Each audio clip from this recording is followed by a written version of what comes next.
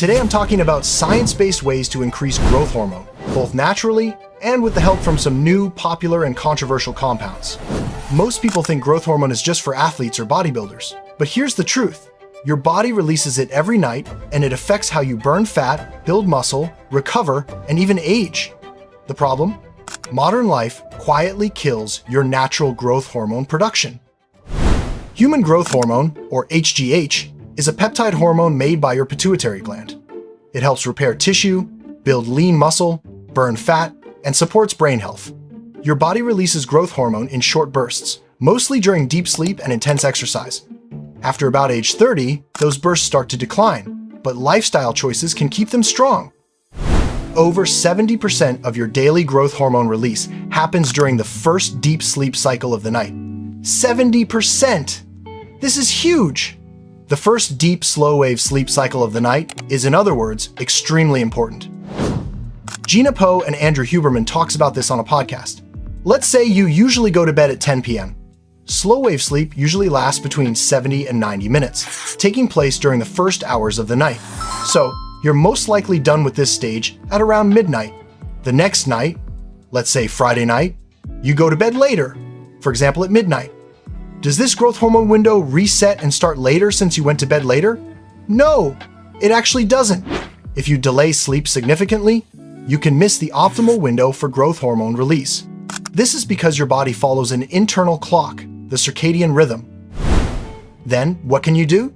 Try to go to bed at the same time each night if possible, so your body's internal clock knows when that first deep sleep or growth hormone window is. No more than plus minus 30 minutes from your regular routine. Avoid alcohol use in the 4 to 6 hours before bed. This also applies to stimulants close to bedtime, like caffeine. These make your sleep horrible, and especially your deep, slow-wave growth hormone sleep. Make sure you're allowing enough total sleep, especially having the early night portion where the slow-wave deep sleep is most prominent. If your sleep schedule shifts, for example, you're up late one night, recognize that you may be missing that optimal growth hormone window, so compensate by returning to your rhythm as soon as possible. Focus also on sleep quality. Keep your environment cool, dark, and quiet with minimal disruptions. Follow these tips so those early sleep cycles are robust and you don't miss out on the biggest growth hormone spike of the day, or should I say, night. Short, intense workouts, intense resistance or interval training can boost growth hormone with 500 to 1,500% above resting levels, depending on intensity, duration, and rest intervals. Example: heavy compound lifts with short rests or sprint intervals can push growth hormone from around 5 to 25 nanograms per milliliter, peaking about 15 to 30 minutes after exercise and returning to baseline within 1 to 2 hours. Here are some factors that amplify growth hormone response. High lactate levels, the burn, are strongly correlated with GH release. Short rest intervals, 30 to 60 seconds. Large muscle group involvement, for example squats, deadlifts, or high-intensity interval sprints. Fasted training can also sometimes enhance the growth hormone spike slightly. But it's important to keep in mind that training for purely growth hormone is not optimal for muscle growth. I have another video on how to grow muscle fast, so make sure to watch that if you're interested. Excess body fat, especially belly fat, suppresses growth hormone release.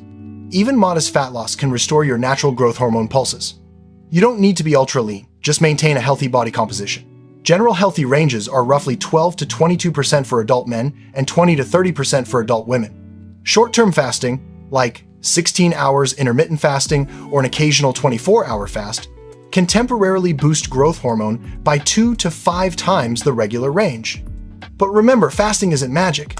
Use it if it fits your lifestyle and you stay hydrated and nourished overall. Many people want to increase growth hormone for benefits like increased muscle growth. Methods like fasting and intense training without adequate rest are suboptimal for muscle hypertrophy, and you should therefore evaluate whether or not these techniques are beneficial for your goals. Lastly, I'm going to touch on some hidden lifestyle changes and cheat codes to increase growth hormone. First of all, avoid sugar before bed. Glucose blunts growth hormone release. For optimal sleep, you shouldn't really be eating anything at all. But if you're going to, at least avoid carbs that spike your blood sugar. Other than that, nutrition and supplements aren't really super important for growth hormone. Just make sure to eat a healthy diet, and if you want to maximize your nutrition and supplements for growth hormone, you can pause the video now. Limit alcohol and caffeine since these blocks nighttime growth hormone surge. And like I mentioned earlier, keeping a cool, dark, and quiet room helps with deep sleep cycles and sleep quality overall. Also, sauna sessions can transiently raise growth hormone. The heat stress directly stimulates the release of growth hormone from the pituitary gland.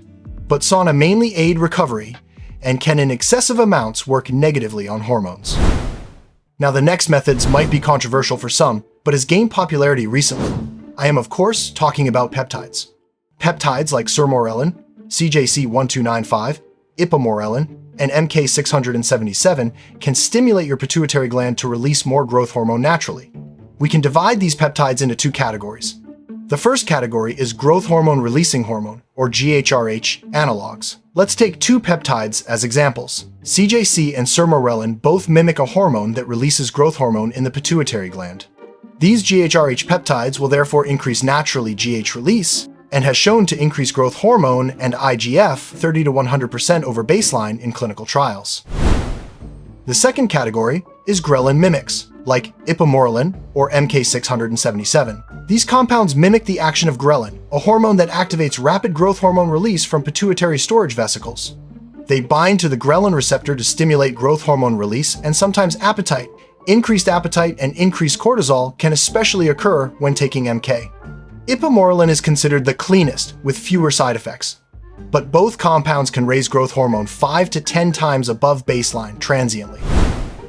When a GHRH analog like CJC and a ghrelin mimetic like ipamorelin are used together, growth hormone release is additive or synergistic, because they activate two different receptors and two signaling pathways. Clinical studies show up to 2 to 3 times more growth hormone released when both are given versus either alone. So to wrap up, your growth hormone levels are shaped by your daily habits, not your genetics. Deep, consistent sleep gives you the biggest growth hormone pulse of the day, and intense workouts trigger powerful spikes. For those exploring peptides like ipamorelin or CJC1295, remember, they're powerful tools that mimic natural biology and can be amazing if used safely.